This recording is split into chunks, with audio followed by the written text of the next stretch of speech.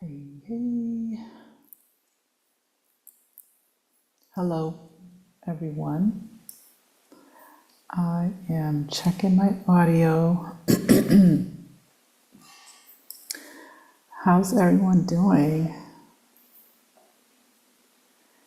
Let's Bravo. see Do you here. think you could? Okay. Hopefully you can hear me. There's no feedback.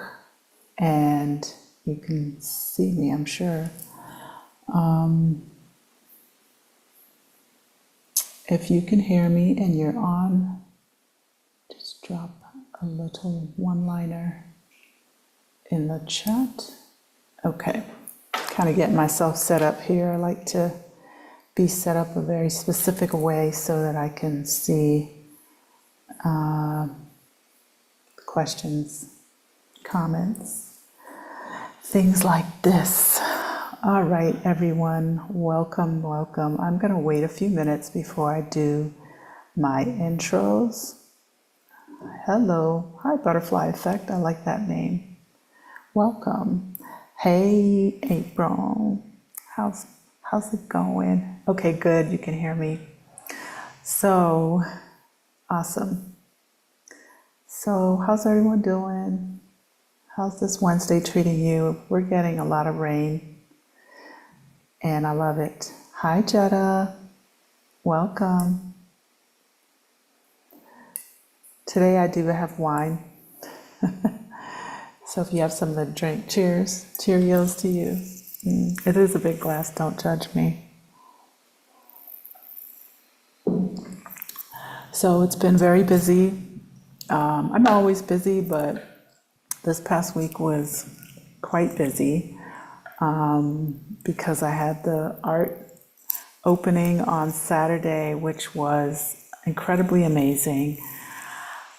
I am still inhaling and exhaling the vibes of it. So if you haven't been in tune with what's happening at Casa Elm, feel free to go to my my website, and also my channel, and see the post that I made. I think I did it yesterday, which is the full video of Saturday's event, which was so beautiful. We had a lot of people, but most importantly, the people who contributed to this happening, which clearly, first and foremost, the artist, Gabby, who I absolutely admire her strength as a woman, and she's just a wildfire. And the work that she does, I think, is just incredible. The things that she focuses on and how she works as a therapist, and the group that she pulled together for this event. So if you haven't seen that, please go and check out the full recap video. It's a little choppy because I didn't have a ton of time to do a great edit. So what I did was I combined the video that we had on a loop, just explaining the project for that specific day. And then I took all the footage from the day and just put them together. And then I kind of repeated the same song, which is very beautiful. It's a Spanish song, so you can go there and you can listen to it, watch the coverage about it. And also I want to say a verbal thank you here to Sybil English, who sang, she's amazing, and donated or contributed a song to our event. So I was very excited about that. And to all the people who came through, it was a very diverse, mixed group. And it was just very lovely to be able to support the Mexican women, the Mexican artists, not to just kind of keep calling them out this way, but it was just a really beautiful integration of the people who already live in San Miguel, our foreign community, and then the artists, the local artists, and the women who drove. So if you haven't seen it, I just wanted to reiterate that that happened, and I still have pieces here that will be here for 2 more months, which I'm very excited about because it was a lot of work to get them on the wall. We actually sold 4 pieces as well, so I was very happy about that. Not all the pieces are for sale, but yeah, it was just a really lovely evening. So thank you all for joining. I want to say hello to Felice Goddess. Hi. Hi, Dixie. Hi, Nichelle. Hi, Tanya. Welcome. Thank you all for being here.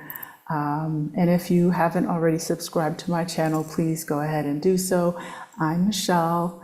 If this is your first time here, I live in San Miguel de Allende, which is located in central Mexico. I have been here for over 6 years, and I absolutely love living in this part of Mexico.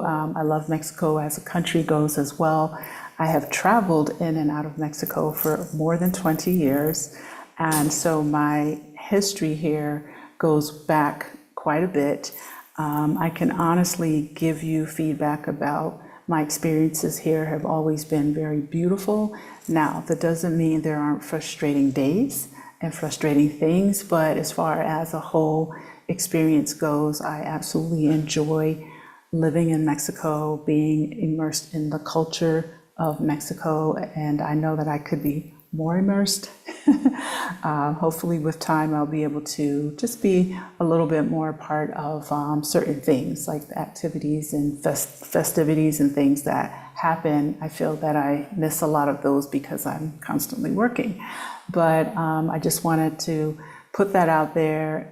Tonight I'm going to talk about the things that people kind of don't plan for or that can really derail your plans, and just kind of my opinion, my experiences, and what I've seen, and what I think sometimes people do wrong that can really create a huge problem across the board. And feel free to jump in and ask questions.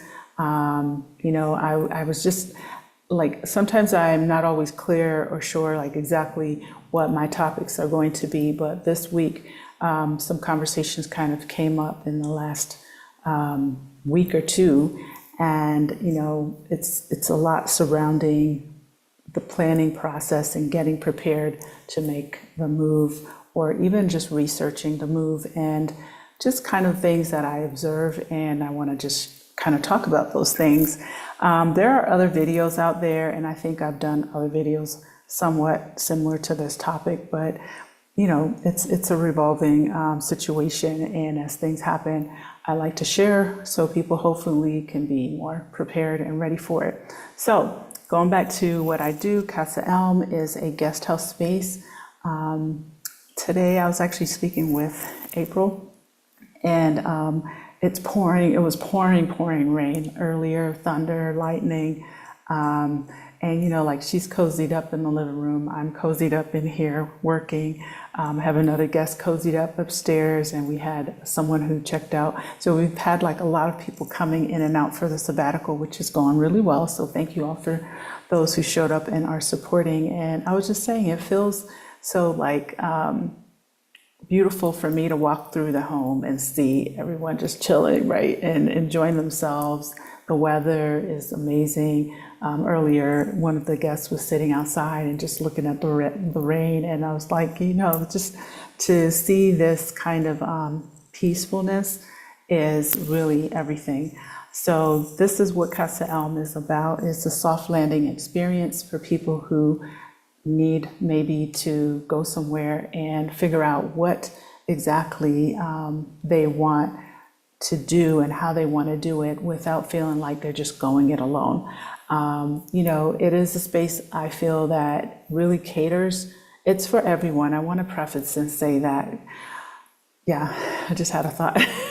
I want to say that the space is for everyone. However, we really do cater to women, and we are here because a lot of women are coming to San Miguel in this place alone, and that alone can be very intimidating, trying to do all the things by yourself. So it's one of those situations where I continuously try to give as much as I can here in this space, and then for people who are here, We have lots of conversations about things, random and passing, that I hope will kind of guide that process and make it a little easier. Welcome, Alicia. It was great meeting you as well on Sunday. So we got to meet her and her beautiful daughter and her friend. I forgot your friend's name, I'm sorry. I hope you all are having a great week in SMA, even though it's really rainy today. I hope you're enjoying yourself. So anyway, if you are interested in the things that we do and provide, feel free to go to casaelm.com and check our events page, or you can even just scroll up the home page and you will see all the things that we have coming that will either assist you with moving or will help you as a person, just as a traveler, that will help you just have a better time. That is the goal, right? That's the goal, is that you land in this beautiful city and you can say it was a very positive, memorable experience.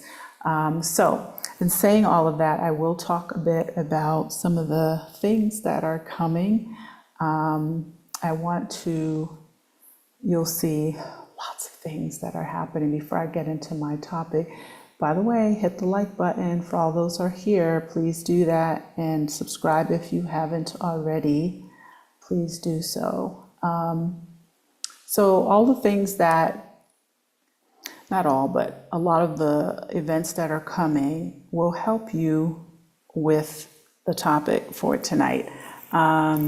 We have a summit coming in August 10th and 11th, that is about redefining your life really after you make the move to your country, wherever that is. If it's not Mexico and it's somewhere else, it is going to really assist you with, what do I do? How do I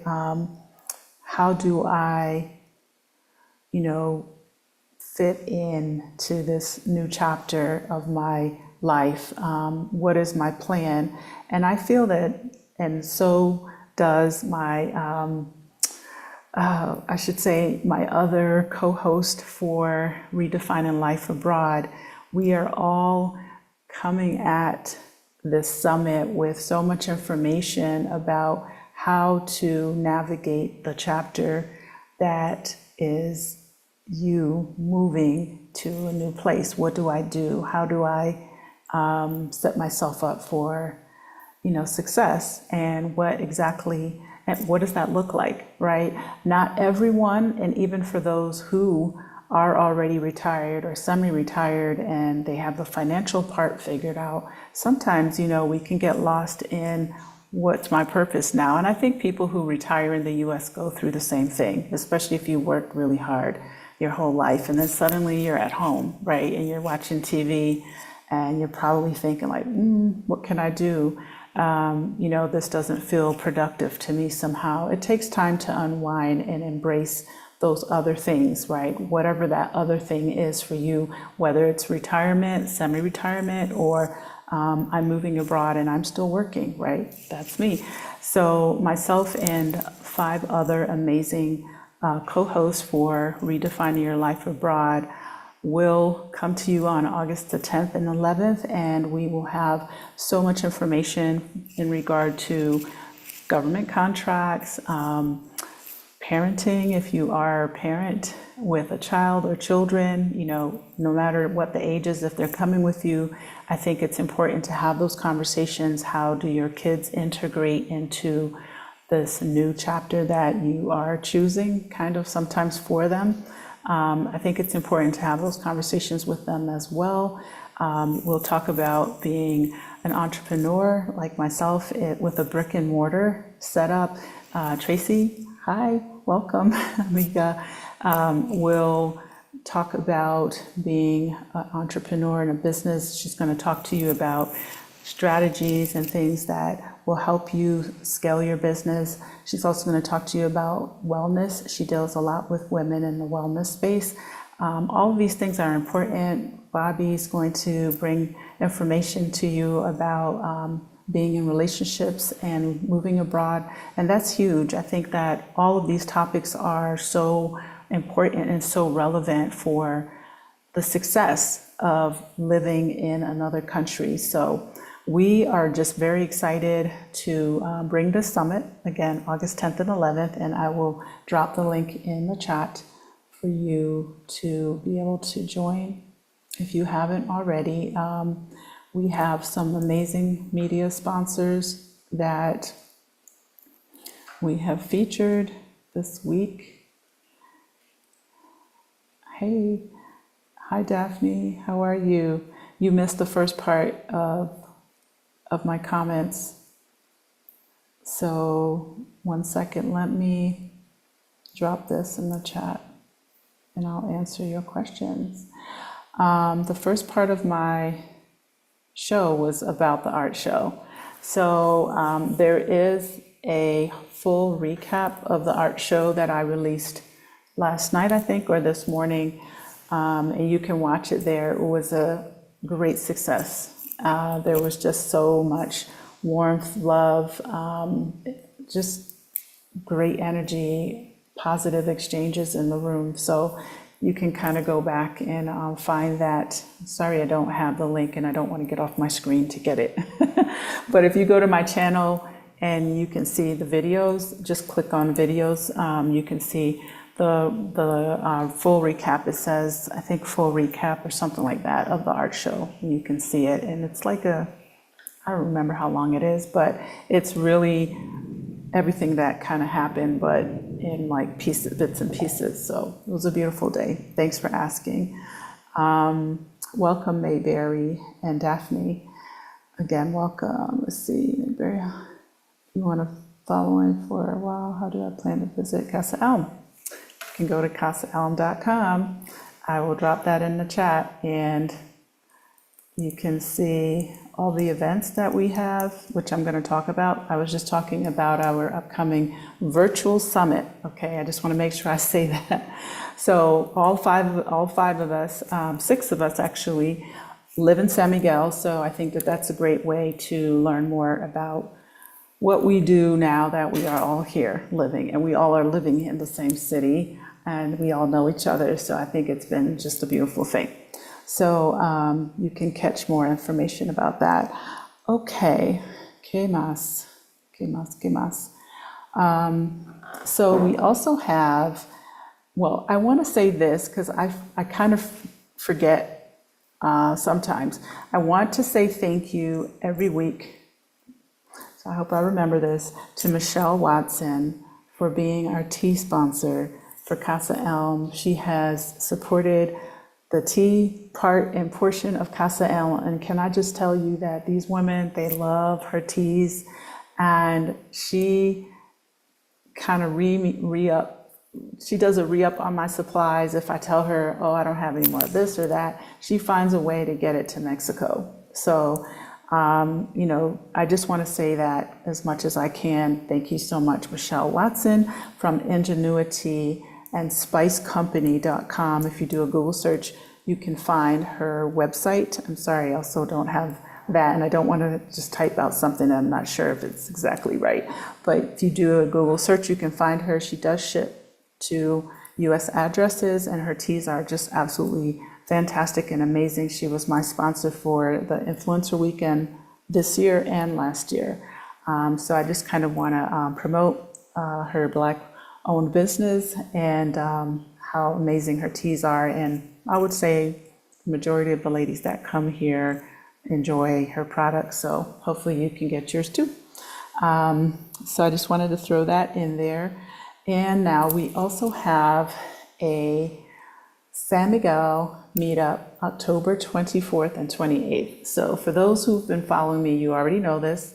I have still one VIP space open, and then there are general admission tickets that are available. So that weekend is going to pretty much be a long weekend, where on Friday evening we will go to a fancy, beautiful rooftop. It will still be pretty nice weather-wise during that time of the year, and we will mingle and we'll have some drinks.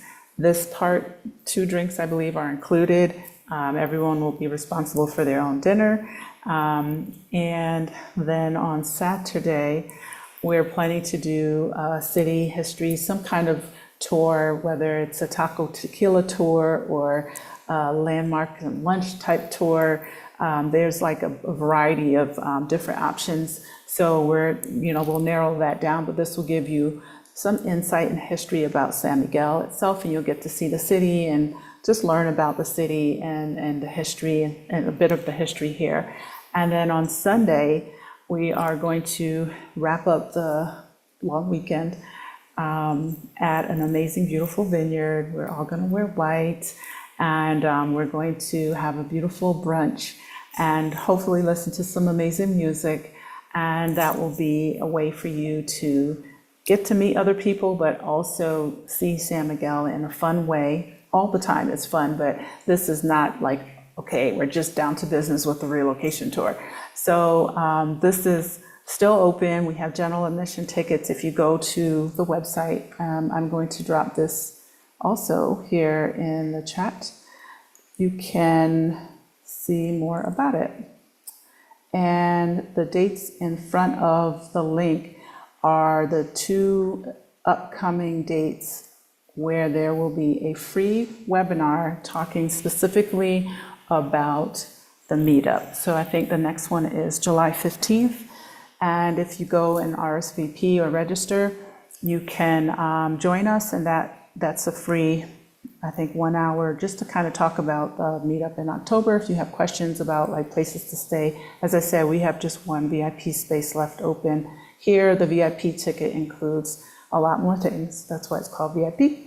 And then there's the general admission tickets where you'll find your own place to stay and how to get there and things like that, but with some guidance as well. And then we also have so many cool things. So bear with me. I know you want me to get to the point here.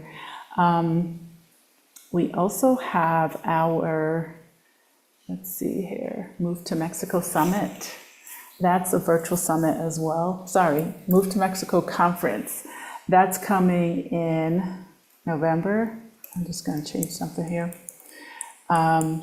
That's coming up November 1st, 2nd, and 3rd. It's virtual, and it will be chock full of guest speakers that are from Mexico. So I want to take a moment, and I keep saying I'm going to do this every week also. If you are watching my channel and you happen to be Mexican or of Mexican descent in some way or some capacity, and Mexico appeals to you, and you live in the United States or you live elsewhere in the world and you want to return home, you need to join this Move to Mexico conference, because it is for you too, right? As I get older, and I had a conversation last week with Delia, Tracy and I had an interview with Delia. Some of you probably caught that. We were talking about redefining your life abroad. And I just wanted to say that one of the things that I feel with my parents being immigrants and moving from Jamaica to Canada and then moving us to the United States was I missed out on some of my things, my heritage, my understanding of, my country. I call it my country because that's where I'm past generations of, family members. So in saying that, I feel like this is the case for a lot of people. And so I want to talk for a moment to anyone who watches my channel, because I know I've had several people that are Mexicans who praise what the work is that I do here, in addition to others who do the same work in Mexico, and they're just very proud about this. And I want to encourage you to join as well as the rest of us this Move to Mexico conference, which is happening November 1st, 2nd, and 3rd, because I think it's important for us to revisit where we came from, right? No matter where that is. I know some people want to go back and say, well, we could revisit the motherland, right? And countries in Africa. But I say Jamaica because that's where, my family, like I have family there that I know, and I feel like very connected to that. For me to just take a test and, 23andMe and just show up somewhere in an African country, I don't think would I wouldn't feel the same connection necessarily. It doesn't mean I don't want to know about it. It just means I don't feel the same connection in that same way. So if you've had like experiences where you're like, oh, I have family in Mexico, or I visited when I was younger, or I would like to explore moving back, I think that this is a great way for you to revisit those options, because a lot of the speakers are Mexican, and they come from all walks of life. They will talk about safety. They will talk about their perspective from a Mexican standpoint, not just me, raving about how great it is to live in San Miguel and Mexico itself. But I think it's important that you all understand that this panel is going to be very broad, and that we are going to bring so much information to you that you need. We're going to bring you history. We're going to bring you etiquette. We're going to tell you about immigration, healthcare, safety, real estate, buying, renting, the different parts of Mexico that you can live in, maybe the spaces. We're going to bring you cost of living. We're going to really just put so much info out there over these 3 days. And we have some really amazing media sponsors that are really excited as well as we are. And I say we, the same group of ladies that are participating in the Redefining Your Life Abroad. Some of us are also participating in the Move to Mexico conference, and we're working so hard to put this together for you. So I just want to say that please check it out. And yes, just hang tight for a moment, because I am trying to find, okay, here it is. Okay, I'm going to drop it in the chat. To mexicoconference.com. Okay, make sure I spelled it right. There you go. And that's happening November 1st, 2nd, and the 3rd. All right. And what else? Que más? I want to also say, Tracy Collins and I, for those who follow us, and she was on a few weeks ago. Well, first of all, welcome, Tanya Brooks. Tanya, welcome. Thank you for being here. We launched Black Blossom, and it's official. You can go to our website and see more about our upcoming wellness retreat, which is happening on March 25th through the 30th, I believe. Tracy, you can correct me if I'm wrong on that. I'm dropping the link, and we just put the link out there, I think 2 days ago, and we only have 4 spaces left. So please, if you intend or want to be there, I know someone wrote me on YouTube a couple weeks ago when we went live about it. Please go to the link and register, save your spot. I believe there's a room, like if you wanted to come with a friend, I think there's one room that has like 2 queen beds or something that you could share as well. And then I believe the other 2 rooms are just for single occupancy. Yeah, or could be with someone, I guess. I don't know. But definitely go there, check it out. It's going to be beautiful. Yes, April's going to be there. Yay! And a couple of ladies that I know, so I'm very excited about that. It's going to be an amazing week. We have some really beautiful things lined up for rest and relaxation. Tracy's going to do an amazing pleasure workshop, and we're going to have sunrise yoga. We're actually bringing someone from here with us to do that for us. So it's going to be a whole lot of Black girl magic. Okay, I just want to say that this particular Black Blossom is for Black women. So I know my audience is mixed, but I just want to make sure that that's clearly said. So let's jump into, here's the link for that. Let's jump into our topics. Okay, so again, if you haven't hit that like button, please do so. And yeah, I talked about that. Just wanted to, okay. All right, so I'm gonna probably look at some extra notes that I had on my phone as well. I kind of am a little spread out. So, in regard to moving, there are so many moving parts and pieces, right? We can start with, yes, hi Erica, welcome. Live Spirity, I am so excited for, yeah, she was the first one to say that. She's like, cha-ching, I'm there. So thank you so much, I appreciate you. I'm very excited to spend more time with all the ladies that are attending.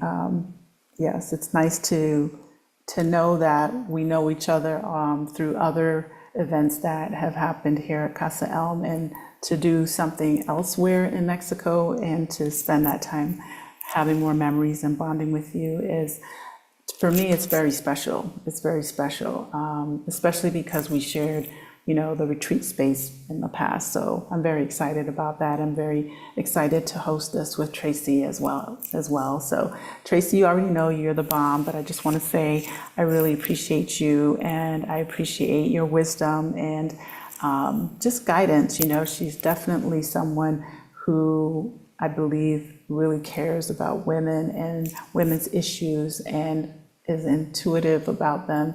And it really is a pleasure to be able to partner and to co-host with you on many levels, and all the other ladies that we are working together on other projects. So I'm very excited about all of it. This is a year that I'm very gleeful about, to have other women who are like-minded in my circle. So that's that. Okay, so how do you prepare for challenges, and how do you continue to make your move abroad as smooth as possible?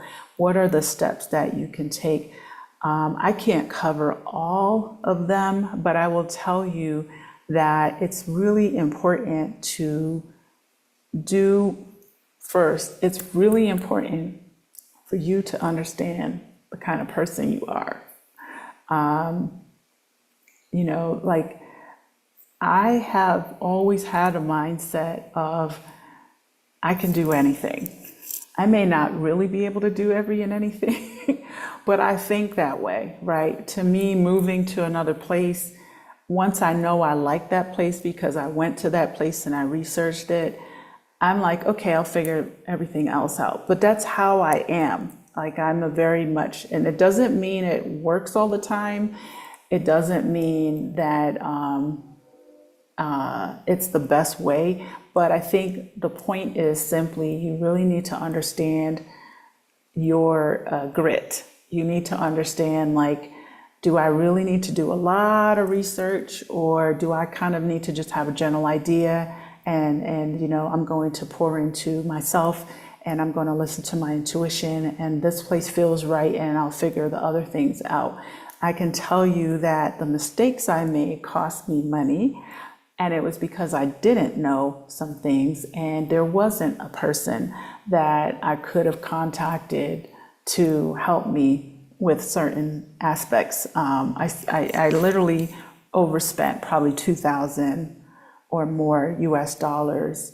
And I also, on the US side, I got rid of and threw away a lot of things because I underestimated how much time it takes to downsize my space, right? So we got to think about all the factors of the money that's kind of going out the door, right? How many times did I make this research trip? How many times did I just kind of frivolously maybe said, you know what, all right, because I used to think this way. I used to be like, oh, no big deal, I can always go back to the US and I can wrap things up. Or I'll just put these things over here on this side in storage, and I'm not sure if I'm bringing my things. Should I bring them? Should I get a furnished place? There were so many factors of things, and there were no examples for me or anyone to talk to that would help that process make it make sense, right? Now we have a lot of folks that are talking about how to, but I think what's important is to start with is how do I, process, and how do I move? Because there's a lot of stress involved, especially if you're coming with a family or children, a husband, maybe the other person in the relationship is kind of just going along. They're not necessarily involved in the planning, the moving. They're kind of waiting for you, to put it together. I think it's important to understand the level of stress that can happen, the level of anxiety that can come along with that, but understanding that that's normal. Those are normal emotions. And you don't have to solve all the problems, because we're coming from a culture that, we want things to happen quickly, right? We have access to a lot of conveniences, simple example, we can practically order whatever the heck we need from Amazon.com and it's going to be there. You got Prime, it'll be there sometimes the same day, in 2 days, it's a quick process. There's the gamut of the stores and the dollar stores and the drive-through conveniences and all those things.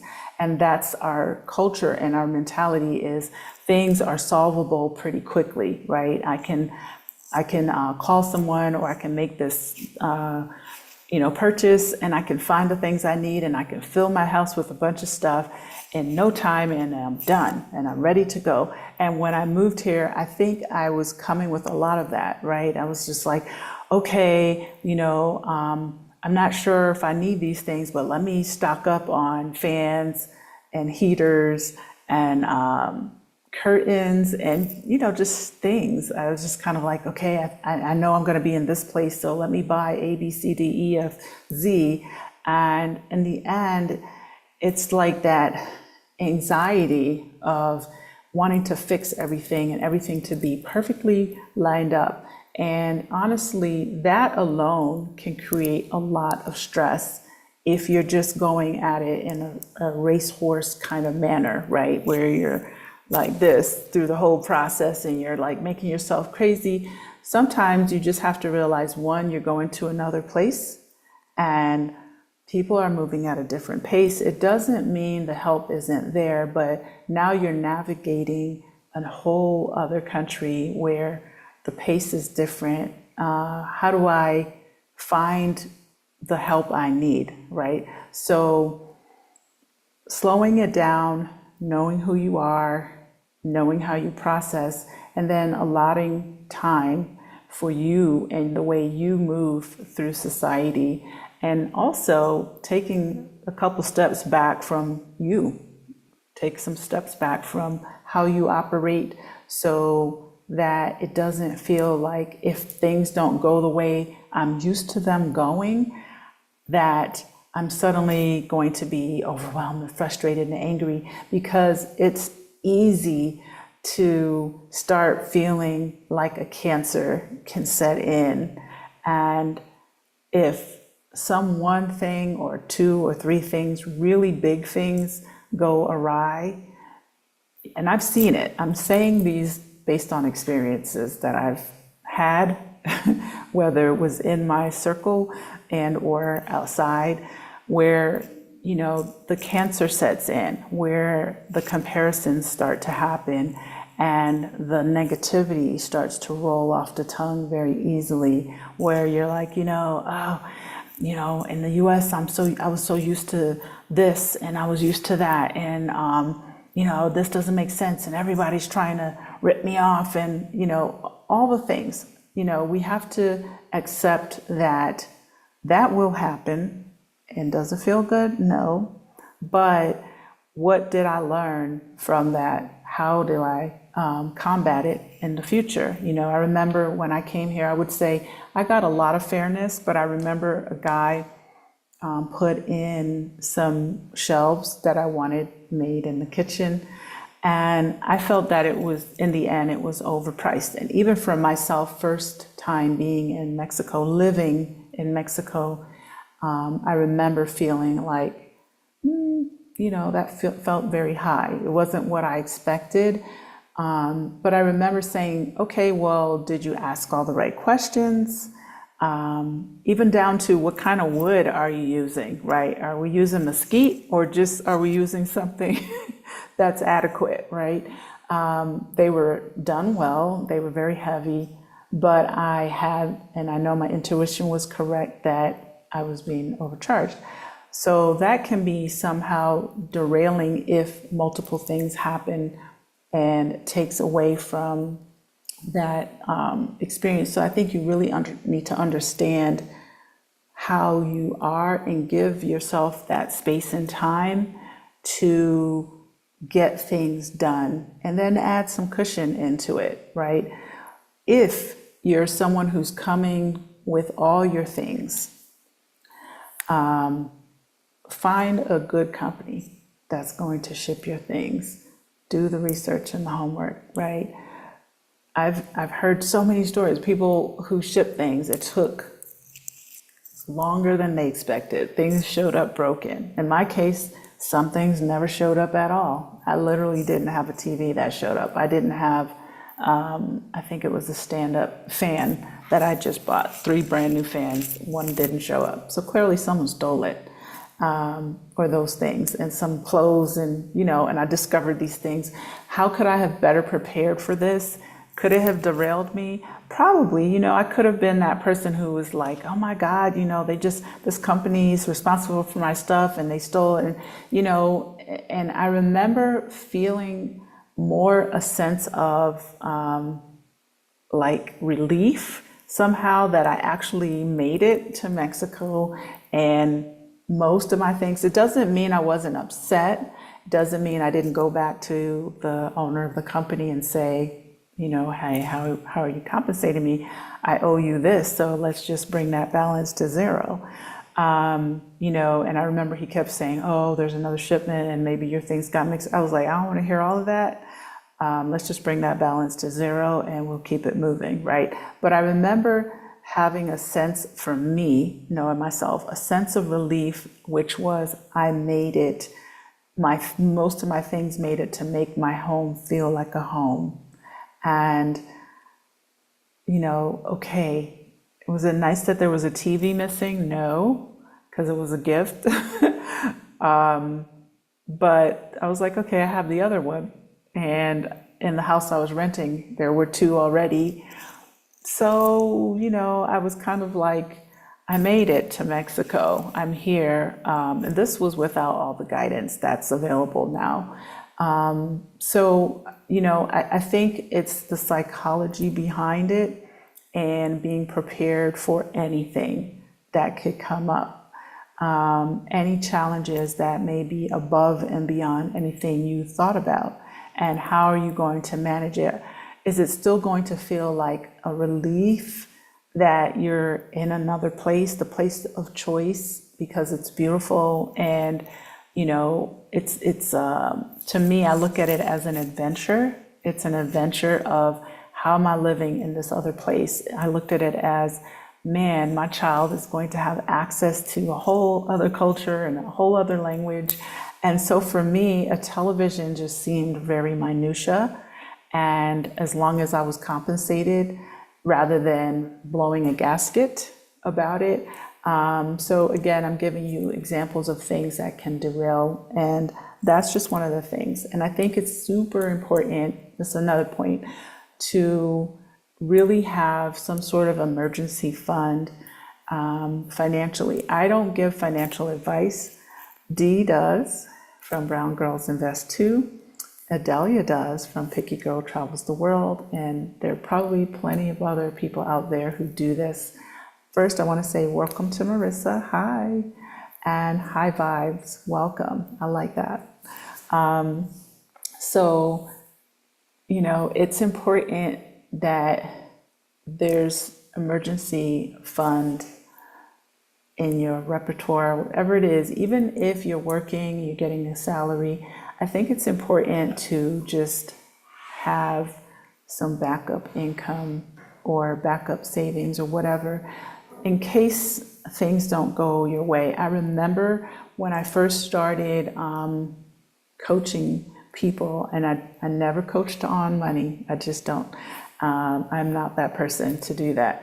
I never coached on income funds, how to earn, jobs and all that other stuff. However, I will say that in Redefining Life Abroad, we will have someone who's going to talk, two individuals who will talk about government contracts. Actually, three. Tracy will talk about having online digital business, and also Alan will talk about government contracts and doing remote work this way, and Dee will talk about how you handle your finances, investing. So in the beginning of when I started to do consultations for people who were interested in moving to Mexico, I remember talking or just seeing a lot of like conversations online where there were a lot of younger people moving, like bum rush moving to Tulum. And it just took off, right? It blew up. And for anyone who has followed, I think her name is, I forget. I don't want to butcher her name, but anyway, she has the group Black in Tulum. And, there were a lot of people who were going there. I think even during the pandemic, they were doing and giving like these loans to people during the pandemic. I don't remember what the loans were for, but I remember someone approaching me and saying, hey, I know you're in Mexico, but you're a Black-owned business and you should borrow this money. I was like, I'm not borrowing any money because I don't want to have any issues or challenges because I don't live in the US, I live here. And anyway, apparently, I don't know what these loans were for. You guys can feel free to drop that in the chat. I was already living here, and it became a problem because a lot of people came here without a real plan, or they were on vacation, they got stuck here, and they were running out of money, running out of ways to make it, and a lot of things like this. So what I remember someone specifically saying, have multiple streams of income, right? Passive income, however, whatever it is. And she was explaining how she came and she was only teaching, and she apparently lost that opportunity. And then she was saying how it was really difficult. So, and this is just one example, right? I think it's important to, even if you have, and I'm saying this from even my experience when I moved to the place I moved from. At the time, I was like, okay, here's my budget for that space. And in all the years that I'd lived here, the dollar was always strong, right? It was always hovering around 20 pesos for $1. And even during the pandemic, it was like even higher. I think at one point it even went up to $1 was like 25 pesos, right? So that means everything in terms of cost of living is lower if you're earning and paying in US currency. However, I didn't factor in the reverse of that to the extreme.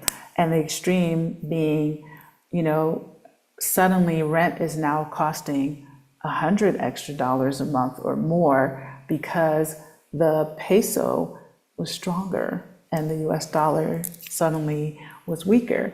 So all of these types of things, I think, are me sharing experiences with you and other people that have gone through certain things. They kind of came, they packed a suitcase, they're like, hey, I have, 2 or 3 years in savings, but do you really? Because did you factor in all the cost? Because one, Mexico is a very cash society, and yeah, you can use your card, your debit card, your credit card, cash clearly is a debit situation, but you can use that, but you can't use it everywhere. So I think sometimes when we get that exchange, like I remember going to Jamaica years ago and this happening, it's like, I don't know, I'm just giving you an example. I handed over $20 and maybe I got like 200 Jamaican dollars, right? And it's like, oh, you think you have a lot, right? But things still cost what that money cost, or that money that you got. And same in Mexico, right? You get all the pesos. I remember, in the beginning, getting all the pesos, right? And then suddenly it's like all the pesos going out the door.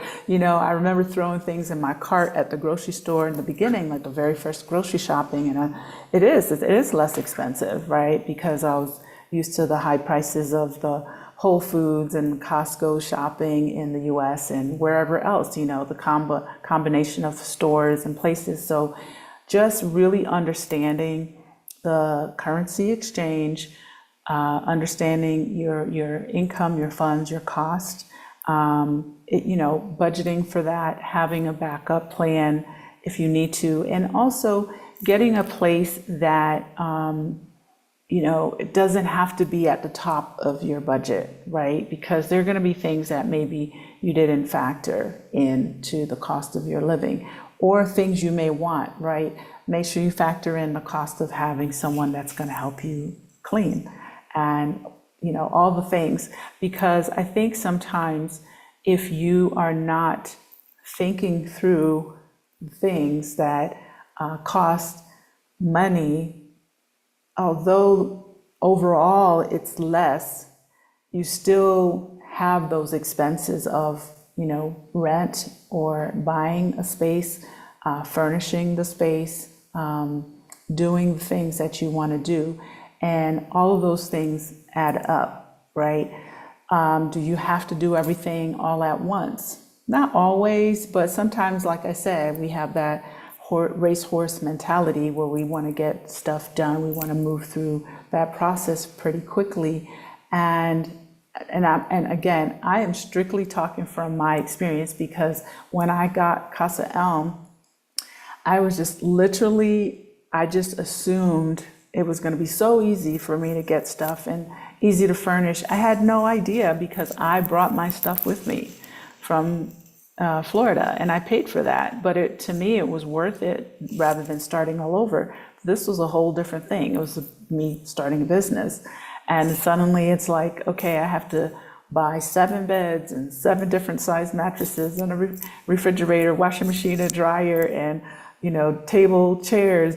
It was like suddenly all the things, right? And so these are all the experiences of what are you coming here to spend? And if you've got it like that, that's fine. But I think if you are on a fixed income, and or you think things are not going to add up, they can, and that can also really put a lot of pressure on your situation. If you have a certain type of house or home that you have in mind that you want to live in, and it's maybe, and I'm talking about San Miguel probably more so than other places, San Miguel is definitely expensive compared to other Mexican cities, right?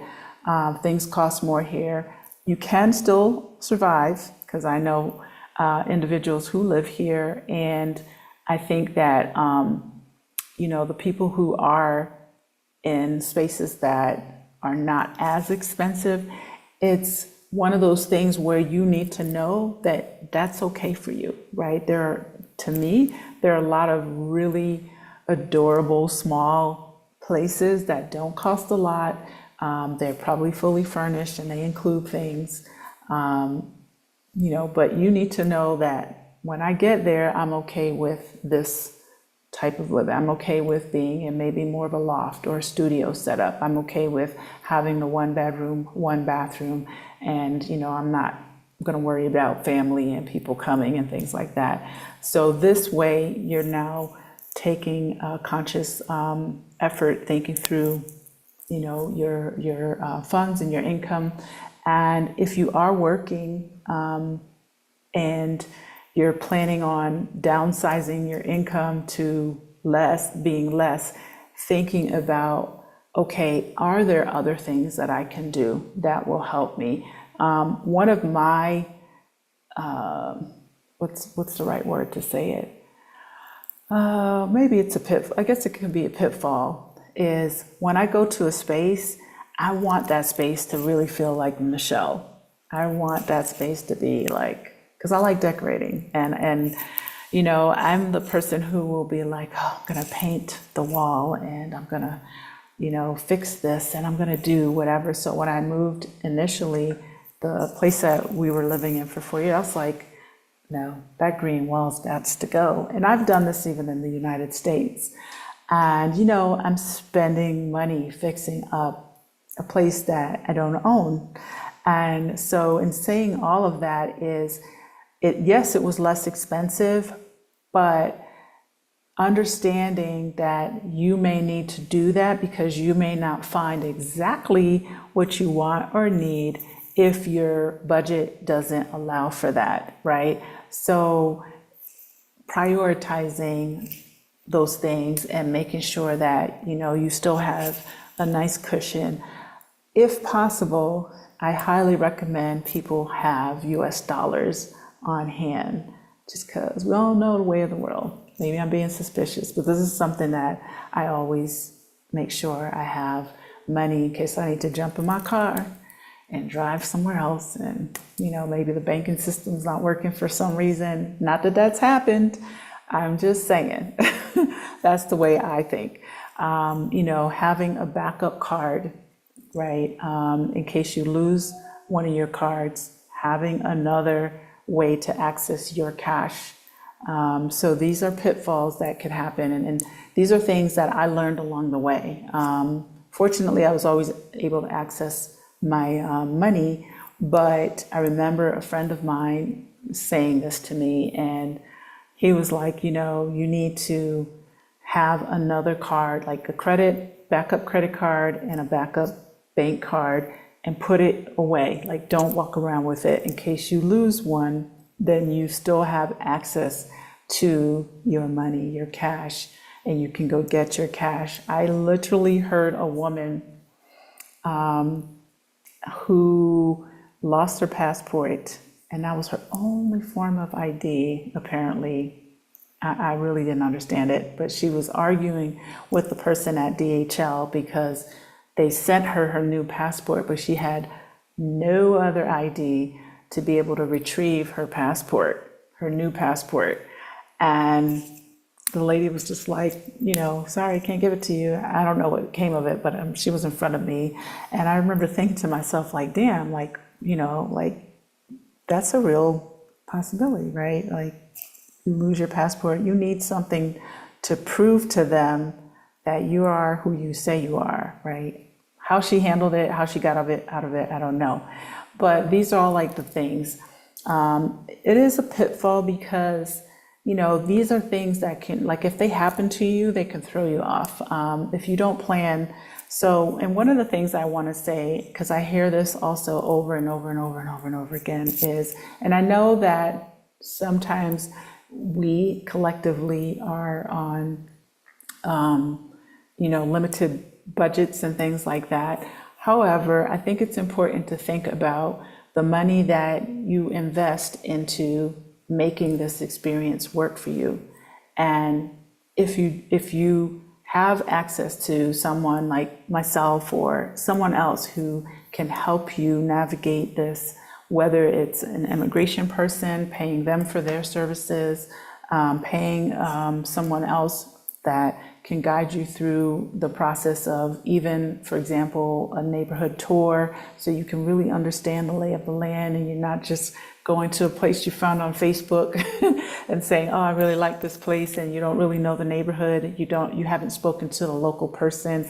I think that in the end, you can end up spending more, doing the most, and it could have been a lesser cost to you to just invest in something like that. I say this to people often because I went through things. I lost money, I spent money, not understanding the immigration process. I went to the consulate in Miami, and I think I walked in very arrogant, and I was just like, oh, this is no biggie, I'm American, or I have American US passport because I'm actually Canadian, and no problem, I'm going to get my papers and we're going to waltz over to Mexico. And the process was definitely more than I expected. And of course, my situation was I was going with a child, and his dad wasn't coming with me. So all of the things, right? And so in saying that, I went, so like, I think I went finally on the fourth time. And the fourth time actually happened over a 2-year span of time. I remember I had plane tickets, I had the shipping company lined up to come and get my things. And I went to the immigration office, the consulate, the day before the shipping company was coming. And they were like, oh, no, we can't do this because of ABC. Again, now I had gone there 3 times. And the company that was coming to pick up my things, I was supposed to have an approval of a temporary residency or permanent residency approval to legally ship my things to Mexico. And so I was in a straight panic because the guy was already on his way from Mexico, and he was arriving, I went to the consulate on Friday, he was arriving on Saturday in Florida to get my things. So I called him. Well, actually, I was trying to call, I think it was someone here, just to get info, and I realized she didn't have a number. Then I found another person, and I don't remember if I got in touch with someone or someone responded by email, and I ended up contacting the shipper, and he was just like, oh, we can do ABC. And now in retrospect, when I think back, I'm like, it probably wasn't a problem for me to ship my things, but I didn't know because they were coming to get everything. And in the next couple of days, I was supposed to be fully vacating the apartment that I was in, actually my townhouse that I was living in. So it was just one of those scenarios where I was moving stuff to my house that I owned, the storage, and moving everything over there. And I was like, oh my God, I'm not going to be able to move my things, et cetera, et cetera. So when it was all said and done, the moving guy was like, oh, no big deal, but it's going to cost you another $1,000 on top of the thousands of dollars. And honestly, I don't think it was even an issue, but it was an opportunity for this person to, it's like, I'm nervous, right? I'm going through the anxiety and I don't know and whatever. So, sometimes getting the help and getting the knowledge and getting the insight, yes, you can find it. You can go digging and watching all the videos and all that and asking questions. And I will give some advice that one of the best ways to get info is go to Facebook. If you're not on Facebook, get a Facebook account, even if you want to be anonymous. Some of the groups won't let you in if there's no photo. And I'll say that too for our group, do not come to Black SMA Facebook without a picture. And if you just signed up and you got 2 friends, probably not going to get in, because I don't know if that's legit. And that's because I encounter all kinds of nonsense all the time. So if that's the case, just send a quick message about it. But anyway, when you go on Facebook, there are groups, expat groups, foreigner groups in probably every city in the world. So this is a great tip for you to join those pages. There's our page here in SMA, but there are tons of SMA pages and pages all over Mexico. There's a Mexico City one, there's just a ton of them. And in all of those, you can also get a lot of info. Be sure to search before you ask a question that maybe 50 people already asked before you got in and joined. So it's a great place to find things out. And I can tell you that the community that comes together here in San Miguel is coming together on Facebook. There's so much info. You can find out about renting, you can find out about buying, you can find out about land. And I feel like it's a great way to just kind of start to immerse yourself and get the help that you need, especially if maybe your budget doesn't allow you to hire someone like myself for a consultation. I think it's worth it because that money is going to save you probably a whole lot of headaches and time, and you get resources in the whole 9. But if it's not possible for you to do that, this is a great way to start, to ask questions of the people in the community, to kind of guide you through the process. And if you have time to research, go for it.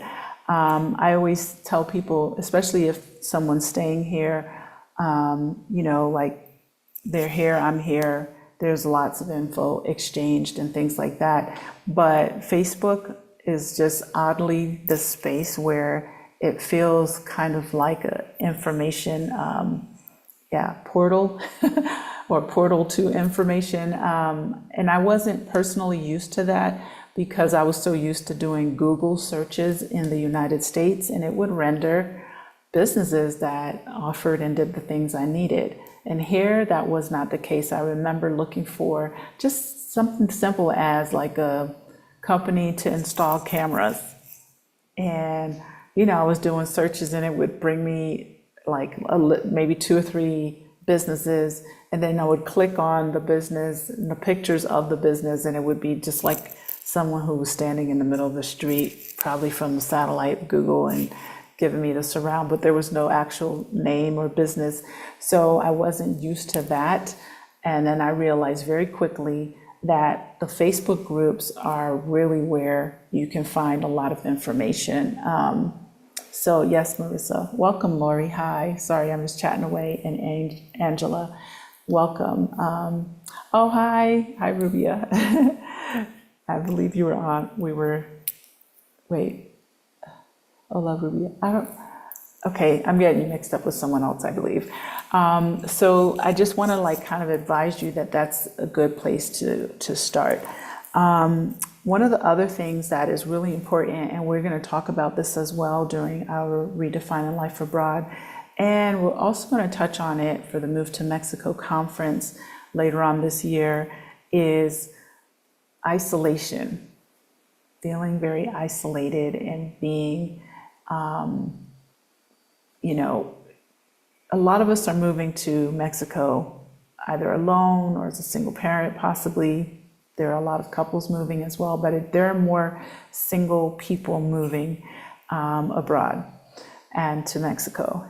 And I think it's important for the place that you choose to really, again, know yourself, know thyself. I think why San Miguel is so magical, and I will continuously harp on San Miguel because I live here, and this is exactly how I feel about it, is there's a lot of community here. It's easy to connect to people. It's easy to integrate.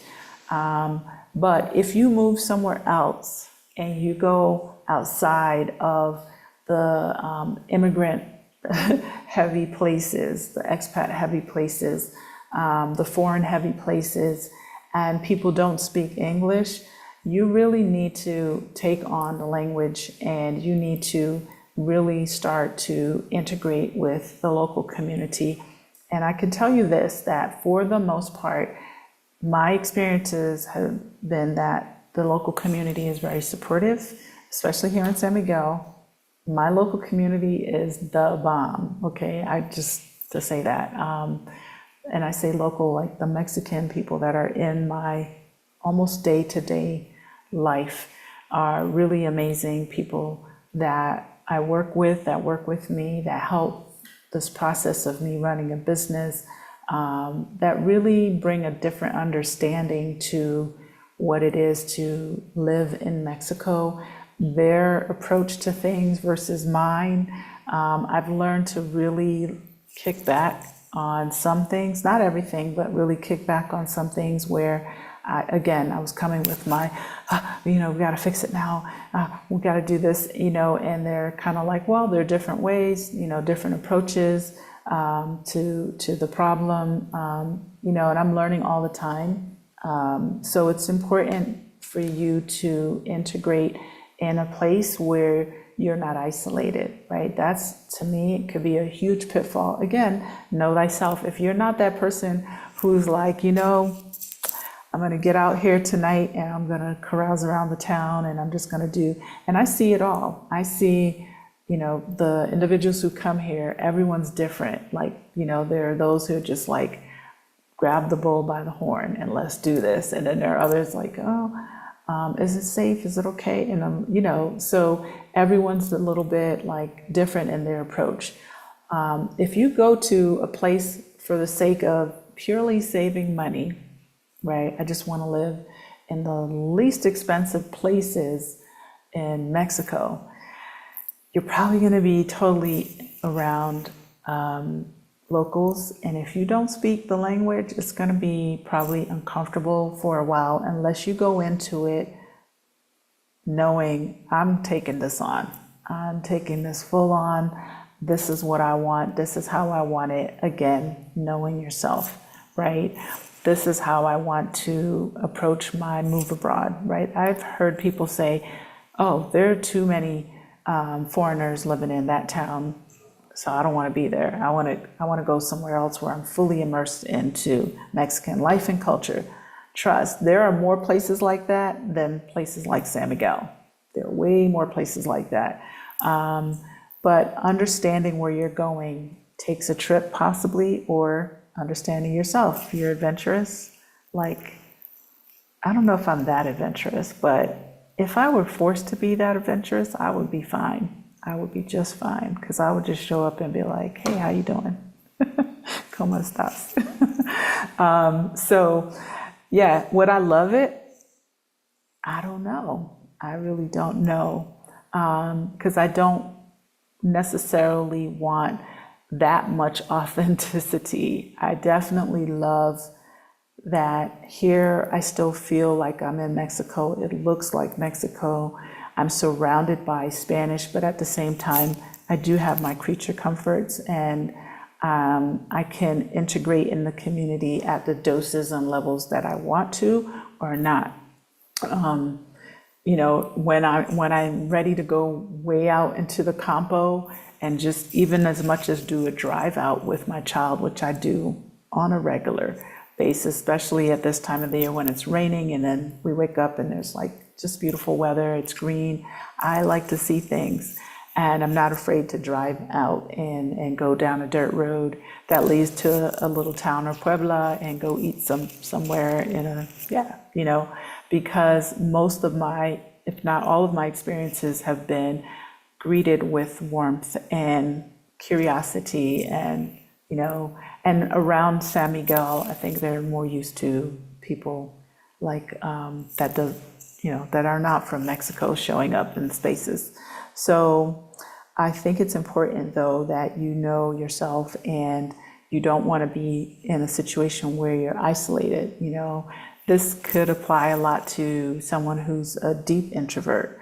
I'm introverted in the sense of like, I love to be in my own space, but I can also be in public spaces. But I do like to crawl down into my, you know, my part of the house and you know, have downtime or whatever, or away time. I'm okay with either situation. But if you're someone who is not very comfortable just going out on the town, or if you are, but maybe you're not so comfortable just talking and chit-chatting with people, San Miguel makes it really easy for people to do that. So I think you also need to consider where you end up. If you go to a Mexico City, like I was talking to a potential client earlier today, and well, several of them, they want to come here next year, and the conversation was about them, a few of them living in New York, and I said, Mexico City is like New York on steroids. And they were like, oh, it's kind of hard for me to imagine that. And I said, it actually is. And, you know, so when the choice for our family came up to move to San Miguel, or Mexico City was also on the list, and a few other places, and making that trip, research trip to Mexico City, I quickly realized I love it. I would be fine. I'm sure I could have had like the, you know, situation adapt for also my child. But at the time when, you know, I was married then, not now, I thought, well, I don't think this is going to work to our advantage. Like, it would create a lot of stress because of the language. You know, it's a huge city. Of course, there are like cool things to do.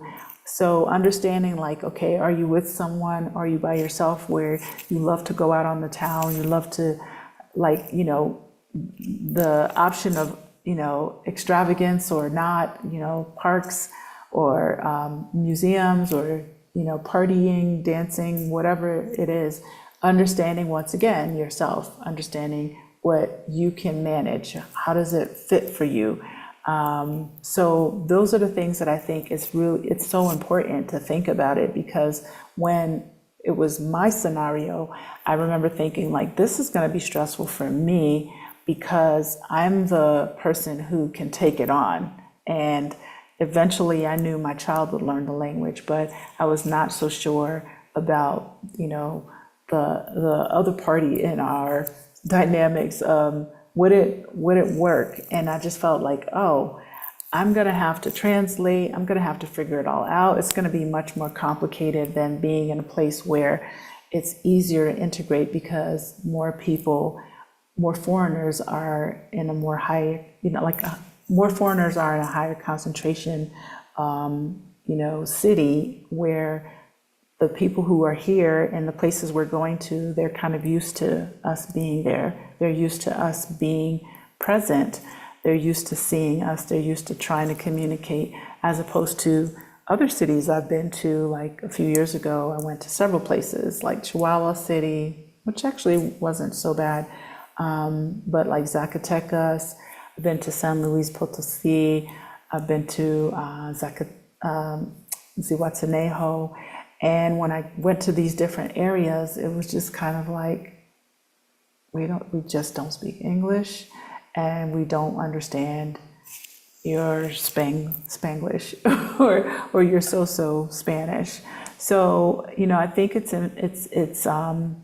important for all of these things to be considered.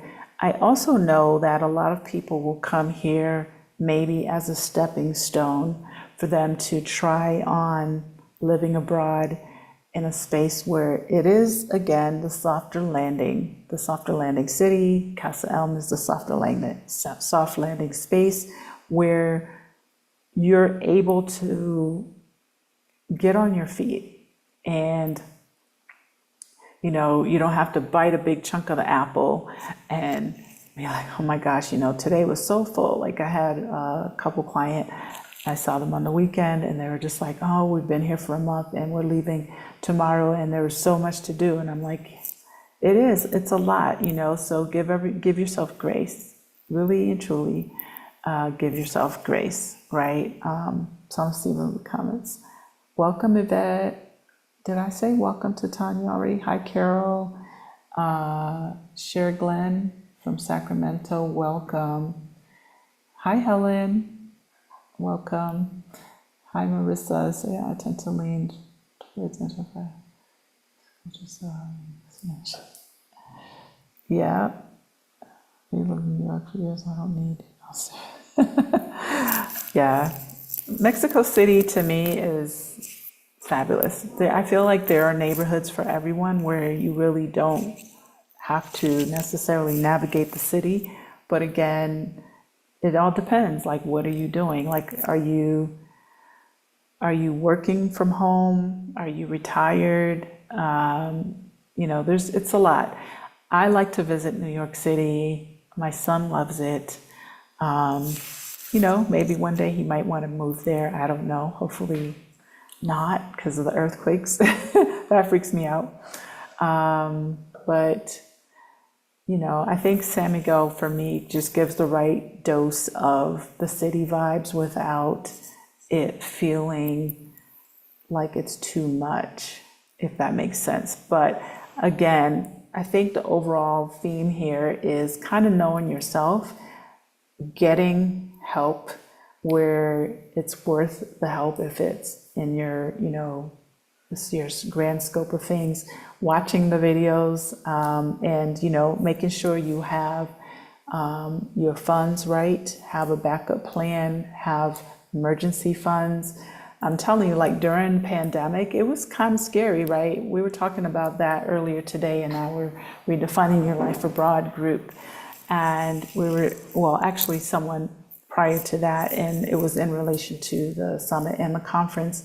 And we were just saying how the pandemic was so scary initially, but how much it really changed how we do things and changed the world, and kind of crumbling processes.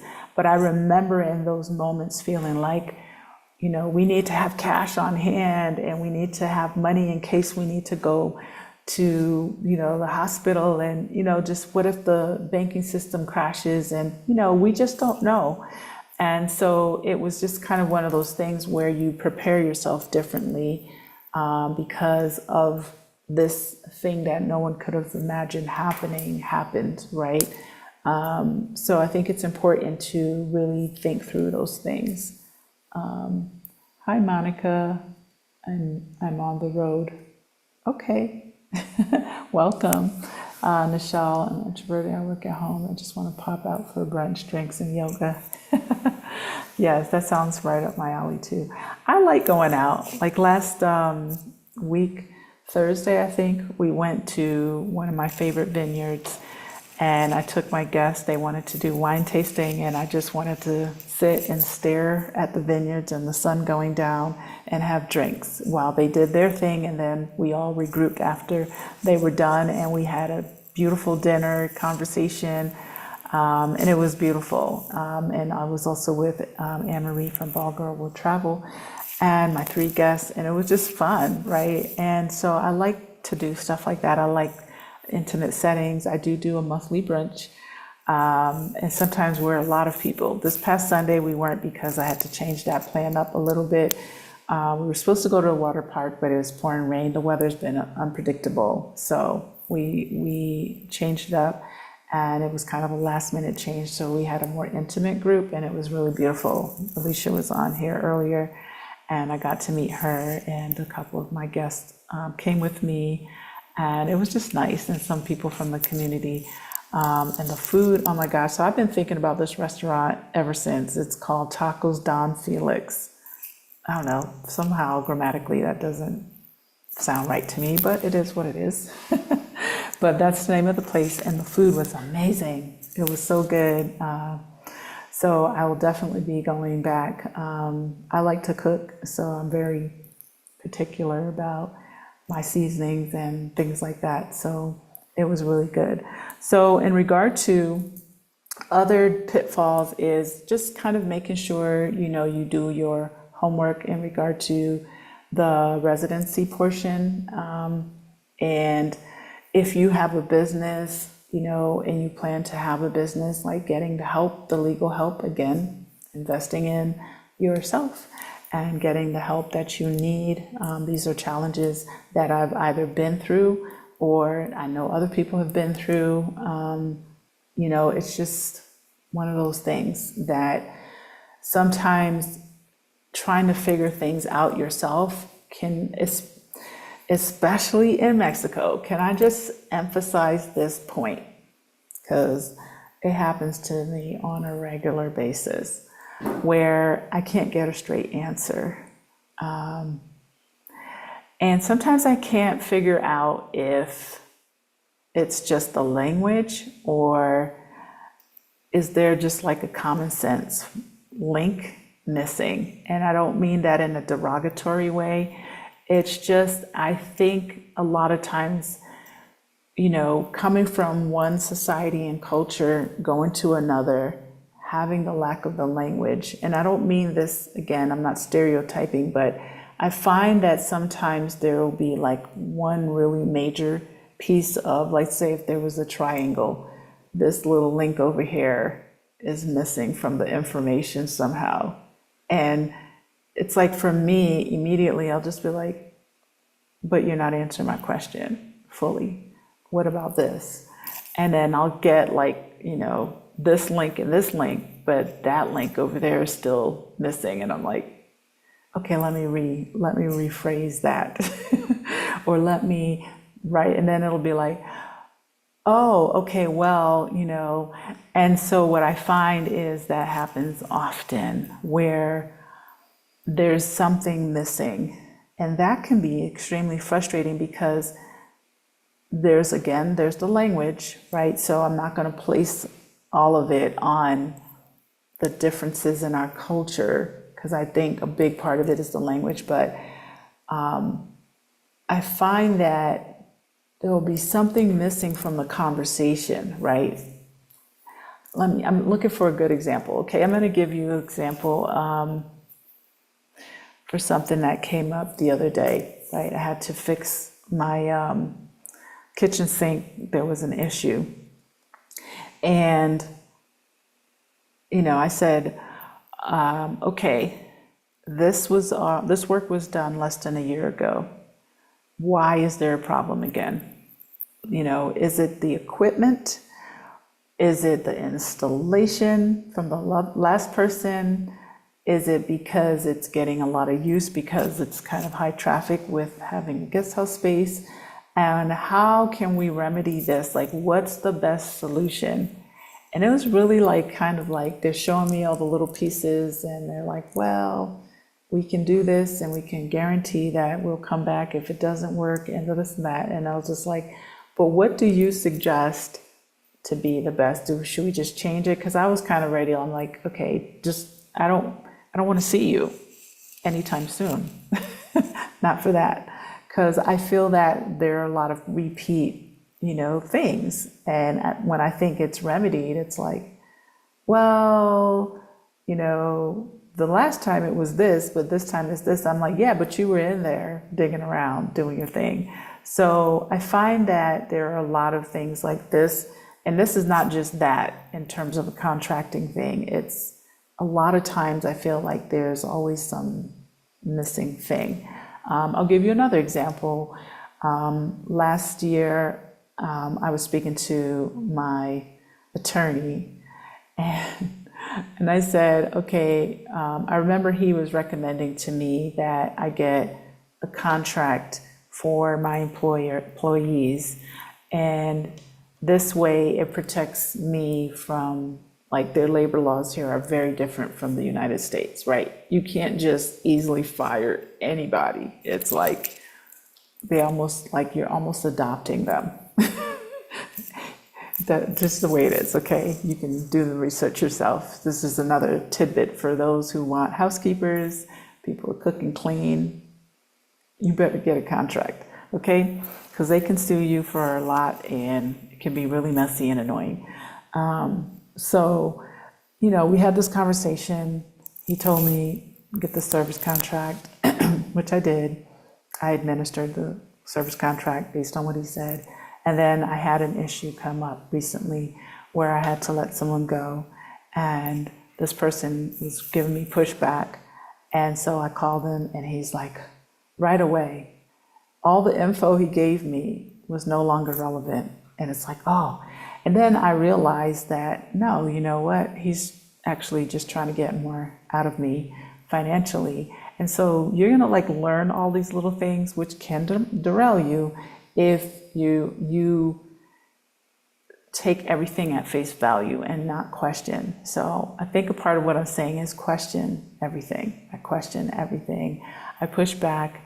I literally, and again, I'm not stereotyping, but literally my mindset is shifted a bit to where I'm like, I'm going to think more like a local person, and I'm going to respond to things a little bit more like a local person. It doesn't mean irresponsibly. It just means I'm going to question, I'm going to push back, I'm going to look around, not just going to take everything at one person's face value, because sometimes people are trying to play into your concerns and your fears, and that's when they start charging you all this money for something that you probably don't really need to pay all that money for. And having Mexican people in your corner, they will tell you very quickly, no, you don't have to do that because this is what happened to me. So all of these things, like I said, if it feels like you're just constantly either being taken advantage of in situations that you feel vulnerable in and you don't know or you don't understand, then it can be a lot to digest, especially if it comes at you. In terms of getting a space to live in, just be sure that, the lease is tight. If you need to pay someone to review, read it, or translate it to English just to make sure it makes sense, and that the final version back to Spanish is what the English version says. Pay someone to look at that. Make sure you, question things. Preferably ask, your landlord, the things that you need to, or the person in between, and get someone who is, a realtor who's bilingual, so they can really, with experience and preferably word of mouth, that they can really guide you through these processes, because it's important. like I said, I've had several clients who came and so many crazy things came up, whether it was with their rental, landlord coming into their space, they didn't expect these things. And I'm just like, personally, in every house I've lived in the United States and here, the first thing I do is change the lock.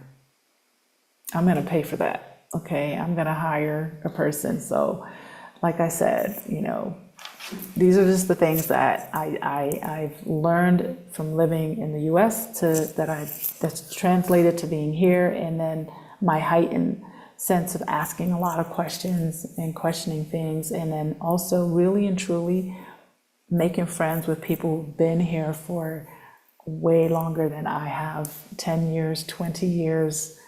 There's like a host of advice that they are willing to share their experiences and no, don't do this. And, I reach out when I need to and I'll say, like, what's up with this? So yeah, that's my spiel for the night. I think that the last point, which is what I just made, was over relying on the expat experience. You really, really need to lean into the community around you that is Mexican. And I know a lot of people that live here can vouch for that. They, will typically, if you get someone in your corner, they will really look out for you. Multiple people, they will really look out for you in more ways than one. They will help guide you through. Like, I know when I talk to my person that I just call her my house manager for Casa Elm, because she really helps me with a lot of the things that come up with the house. And she calls and she finds out, she will tell me if something costs too much. She'll say, that's very, muy caro, it's very expensive. And it depends on what it is that I will kind of use my own judgment. I'm like, well, if I need something done like right away, then I'm willing to pay a little more if I have experience with someone. But she's very open about what she thinks something should cost, because for her, living in a whole different place outside of San Miguel City, and the things that cost more because we live here, she's willing to just kind of give me her input. So it causes me to think more about the things that I'm doing. So not always only relying on the advice from myself and or expats, but also, chiming into the local community. There are a lot of people who do a lot of things and do a lot of work that will do just as good a job, and you can rely on that costing you a little less in general. So yes, that's all I have for you all for tonight. If you have any questions, you got a couple, about 30 seconds to throw it in the chat, because I think that's like the delay here. But hire the help, get the help. We offer relocation here, but we're also having, like I said, our Move to Mexico conference that will be coming up, and that will give you a lot of information. I'm going to put that back in here. Mexico conference, if I could spell it right, conference.com. I need my glasses. Do you see me squinting? That's a great place to get a lot of details about moving to Mexico. And yeah, just again, take those steps, right? Those steps of knowing yourself, paying for someone to guide you through certain things, getting that person on the immigration side. You can do it. You can do all of this yourself. It might take a little bit more time, but you can do all of that yourself, understanding where you're going to and how isolated or how much am I going to be able to immerse into the community. Try to make friends, try to connect with the local people, get on Facebook, and join those groups so that they can really help you fill in a lot of the blanks yourself if you're doing a lot of the work yourself.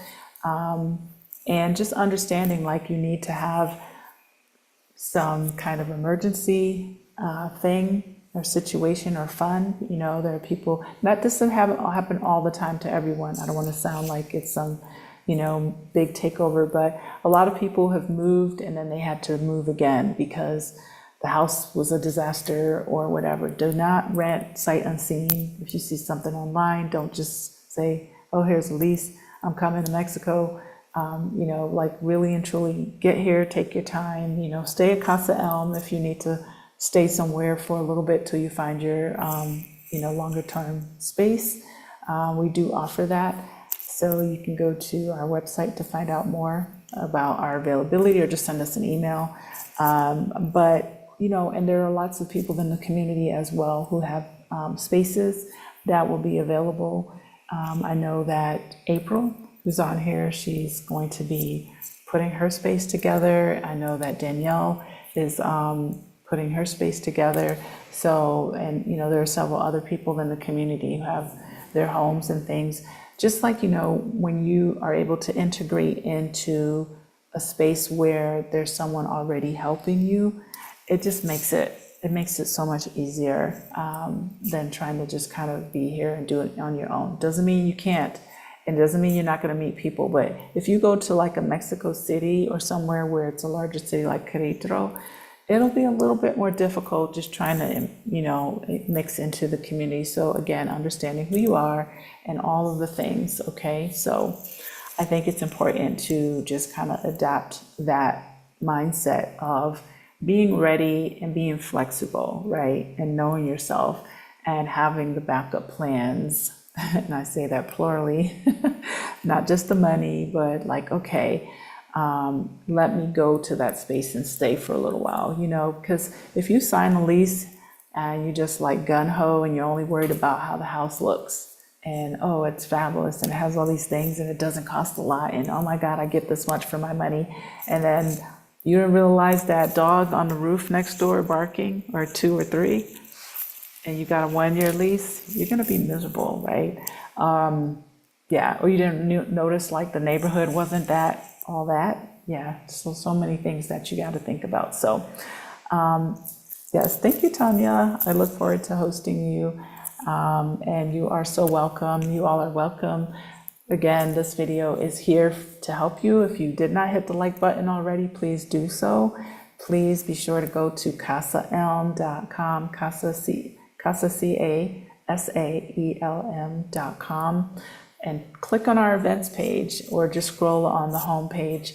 You'll see all of the things that are coming and happening this year. I promise you 2025, we're going to start putting the stuff out there.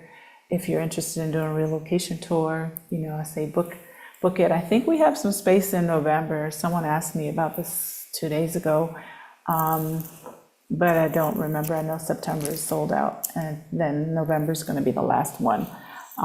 So check it out. If you have questions about anything, you can shoot us an email on our contact page. And yeah, be sure to sign up for our summit in August, Redefining Life Abroad, August 10th and 11th. And that's also in the chat, will be in the description box. And also sign up for Move to Mexico conference in November 1st, 2nd, and 3rd, if that's something that you're interested in doing. And check out Black Blossom. I'm really excited about that next year. Anyway, ladies and gents, have a great night. And again, Mexican family, if you are here, please continue to visit, hit the like button, subscribe, and join our conference, because I really want to embrace that community for you to get back in touch with your Mexican roots, okay? Have a good night, everyone, and thank you for being here. Ciao.